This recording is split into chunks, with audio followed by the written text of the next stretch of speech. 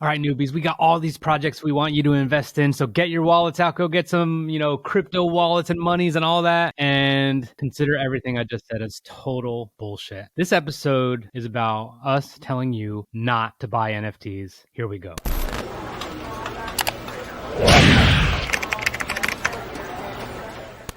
What's up, family? Today is different. Rich and I normally spend time researching whatever topic we're going to discuss, learning a new term, blah, blah, blah. But we're just going to have like a heart-to-heart with you, if that's okay. I think we've known each other long enough. We're at that level right now where we can just talk to you plainly about some stuff that we're seeing. We've been getting a lot of DMs from you guys and a lot of questions, and a lot of it's reoccurring. And to be completely honest with you, concerning us a little bit about the FOMO, the fear, the panic, the misinformation around NFTs and what we're walking through right now. So if we don't have your curiosity perked, I don't know how else to do that, but there's just some stuff we want to share with you. Rich, when I tell you, that I need to go run off and buy an NFT, what's your response to that? Somebody says, Rich, I need to buy an NFT right now. Don't. Why? I don't want to be left behind. I'm too late, Rich. Here's how I look at it. I just thought of this as you were talking. And by the way, Heather was talking with her eyes closed. That's when I know she's really seriously freaking passionate about some shit.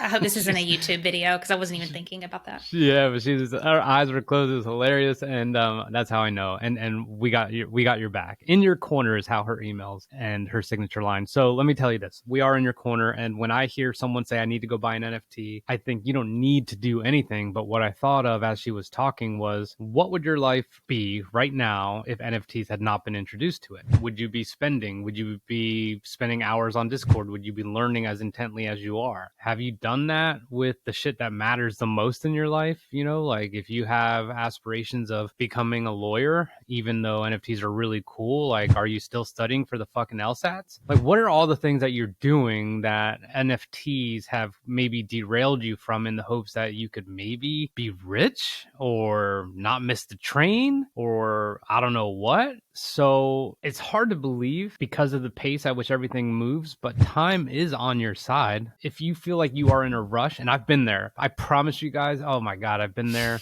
I've been influenced. I've ran to get my wallet, to get something before whatever, and I know better. We literally teach you all this shit, and I have done that multiple times, and never has it been fruitful. Ooh, that's a powerful statement. Never has it been fruitful. Yeah. So I know this is really countercultural in this NFT space, but I think we have been kind of since the very beginning. Rich and I started this show because we wanted to learn about NFTs. And now that we are fully immersed, fully committed, it's 100% changed our lives, not just investing and learning about NFTs, but also to producing this show. The thing that's coming up for us is kind of the bigger picture here. And one thing that we want to be very intentional with educating you guys about is there is so much more here to learn and to be a part of and to grasp than just these projects on Twitter and Discord and all that. And we're not here bashing them. We own different projects. We're excited about different projects. We promote different projects. That's not the issue. What I see missing here is an understanding of what's happening in our culture. And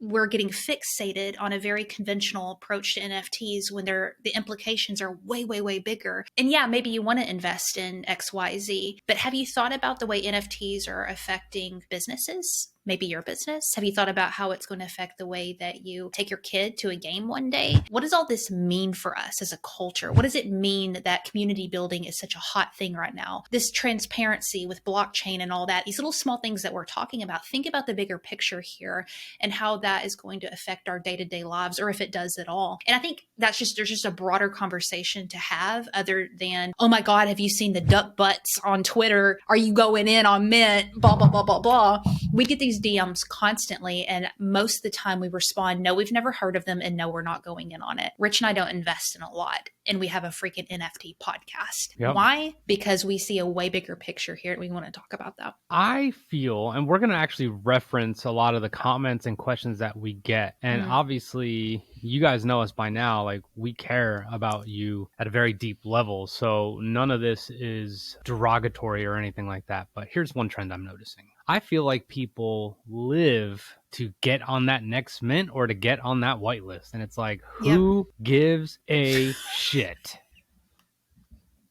Like, who gives a shit? Like, let me give you an example. Heather and I have business goals. So we have NFTs for Newbies, and we have another business, by the way. That's Content LLC. We have business goals. So I can't afford, if I want to be the business people that I think we can be or that we are and extend it, I can't be in discords all the time trying to get on fucking whitelist when I'm trying to do some real shit. And I'm not saying it's not real. I'm just saying like that's not the goal. Like if I miss the whitelist or I miss the mint, the chances that the floor price is going to be less than mint at some point for 99% of projects is very probable. So it's like, who cares? I mean, now the thing is, if you are doing the research in order to make sure that your investment is a sound one and that you believe in the founders and the project and the community, like that makes complete sense. But if you are prefacing all this time that you're spending by just having a goal to mint or get on a whitelist of something, then you got it wrong. I'm telling you now, man. This is just my opinion. I don't know. And Heather and I might not be aligned there, but that is not a good goal to have. My goal is for us to have $1 million company. My goal is not for us to buy a Bored Ape and flip it. You know what I'm saying? Like, this is fun. We need to understand. And here's what I want to say. Heather made a comment before we started recording, and it just led me to say this. We are ambassadors of blockchain technology and discovering what it means, what it can do, what it means for utility, what it means in real world countries, what it means for decentralization, what it means for all these things, how it plays into business. We are not about this, let me just get whatever NFT I can and scoop it up before they're all gone type thing. Yeah. The sense of urgency is a very old school marketing tactic that a lot of people are just repurposing in the NFT world, and it's fucking nonsense. Which is why it's really hard for us sometimes to kind of promote other projects, but the ones we do, we believe in, but like we can't do that because then we're just going to be every other Instagram page now. So we're ambassadors of the technology with a very big hunger to understand it, and as business people to understand what implementations and what byproducts can come of it in the future. And the reason we are ambassadors of it is not because of any other reason, correct me if I'm wrong, Rich, then we believe that it's here to stay whether we like it or not. And as a leader and as a business owner, you know, we've got to learn how to pivot and adjust and bring our message, our calling, our product, whatever it is, to whatever platform it is, whatever technology it is. Rich and I have been studying leadership for years. That's what our shows were about before. And the best leaders were the ones who pivoted and adjusted and were willing to bend with what was happening. And that's what we're seeing right now in this space. Yes, we love NFTs. Yes, we're excited about it. Yes, we like to have a lot of fun with it. But also I'm concerned because we get these DMs from you guys and there's this panic. We had one yesterday, Rich. Somebody said, "Oh my God, I hope I'm not too late." And I was like, friend, too late for what? Like, can we just talk about that real quick? I mean this as respectfully as I can because I'm there with you. Like, if you don't understand something, you don't need to be buying it. Not financial advice, but that should be financial advice, I think. I don't know. Mm-hmm. But like we had a DM yesterday. Somebody said, you know, should I invest in XYZ? And then asked me what mint meant. What is mint? And I was like, friend, like, let's learn about this world before freaking out and investing in it. And I don't mean that in a judgmental way because I've been there, but it's like, we've got to slow the hell down, you know what I mean? And be more intentional and calculated with things, because I just see a lot of people losing a lot of money and being frustrated in a year or so. Let me ask a hypothetical question to you, our dearest audience. Do you do this with stocks? Do you live on E-Trade and do you live on Bloomberg and are you checking everything all the time? Like, probably not. Okay. And if you are, then NFTs are just an extension of that and it fits your repertoire and that's it. But if not, then like, why this? Why now? And the reason I'm saying that is because we've said this way in the beginning, even when we really didn't know shit, is the supply is far, far, far, far greater than the demand. Like, for sure. I have seen less and less projects selling out in 9 minutes and all this stuff. I've seen so much less of it where things are kind of bearish right now. And this is not us being bearish on NFTs, by the way. As a matter of fact, this is a good point. I have a world of women. I have some boss beauties. I have some flower girls and a couple other things. Look at those women-led projects. They're great. They're great. I just stopped paying attention for a while. I stopped going into the WhatsApp. I stopped going into the Facebook groups. I was just like, I can't, man. Like, I don't think you guys get it. Heather and I need to make content every day. We talk like 7,300 times a day. No, like more like 7,500. Yeah. We got stuff to do. So I'm like, let me just not pay attention. And all of a sudden, I think we had an episode. I'm like, I'm down on all my stuff. Well, now I'm up on everything. Big. And you know what? It cost me attention-wise, nothing. nothing. I didn't go to Discords. I didn't go to meetups. I didn't do whatever. We focus on trying to give education. So anyway, the point is this. There was literally no stress involved in those quote unquote gains, which is not a gain until you sell it anyway. So don't act like that money's in your pocket, and don't act like you lost that money either, right? Like on certain projects. So Heather, I know you mentioned something about the wealth gap, or the perception of there's being some sort of widening of this wealth gap because we're talking ETH instead of hundreds of dollars, right? It's different terminology and vernacular, so to speak. But what made you mention that, or did you get a DM or what? Yeah, I was on a group call, and rightfully so, someone expressed their concern about the NFT space because, they're like, isn't this widening the wealth gap? I know that there are some of you listening right now who are freaking single moms busting your ass, and you are struggling paying a freaking bill, or maybe, you and your spouse are on a freaking budget and you feel like you're way behind because you don't have hundreds of thousands of dollars to spend on XYZ, and you feel like you're missing the boat. And this person expressed this, like, doesn't this suck that people who have money can just freaking make more money right now? Yeah. But also, again, let's go back to the bigger picture here and understand that, and that's another reason why I think education is so important. I was like, us coming here and educating is hopefully helping people who don't have access to this knowledge make better decisions, et cetera, et cetera. There's that element, but also too, again, we're limiting this NFT space. We're limiting everything we're learning here to thinking about these one-off projects and these little things that are happening right now without, again, seeing the bigger picture of what's going on. I don't know if we need to change the name of our show one day or something, but thinking about like freaking metaverse and Web3 and all of this stuff. If you're a business owner, like, how can you start adapting and growing and changing a little bit to be ahead of the curve in 5 years? Maybe you might not see quote gains right now, but you spending time listening to this podcast or doing research or learning and making small shifts in your business model, that crap matters. That stuff's going to pay off eventually. You might not be flipping NFTs right now or have the money to be able to do it, but you investing time and knowledge matters. And I just want to acknowledge that because I've been there. I've been where I haven't been able to afford things, or I grew up without money. I completely understand what that feels like. But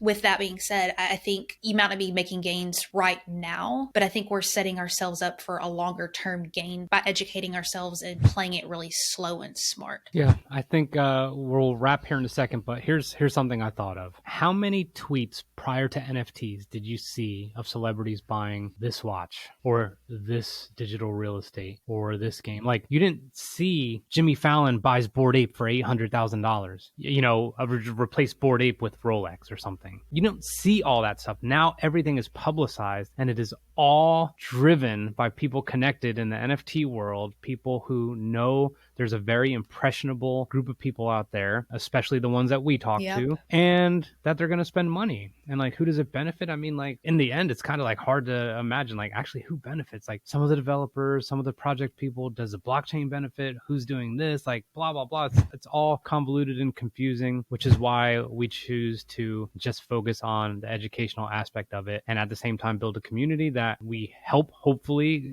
act a little bit more responsibly. And just side note, Heather talked about not being able to afford things at some points in her life. And I've been that guy where I was just like super horrible with money and all these things. And it's just really interesting how publicized people's transactions are, even regular people. And that is the quickest shit to make you feel like you're doing something wrong, or if they can, I can type mentality. But we don't know anyone else's situations. We don't know what their family is like. We don't know if they have an inheritance. We don't know if they have a trust fund. We don't know if they're broke as hell and risking a ton of money. We don't know anyone's situation about anything. You know your situation. Heather doesn't know your situation. I don't know your situation, but the butterflies in your stomach, I would say, are normal. But that like heart palpitation, like, oh my God, like, what if you're just saying, what if this doesn't work out, then you probably just need to close that browser. I think we should title this, Don't Buy NFTs Unless ... And we can just end it here. What do you think? Don't buy an NFT unless what? Unless, I mean, what everyone says, unless you could afford to lose it. Okay, like, if you could afford to lose it and you will learn something from that if it loses or it wins, then good.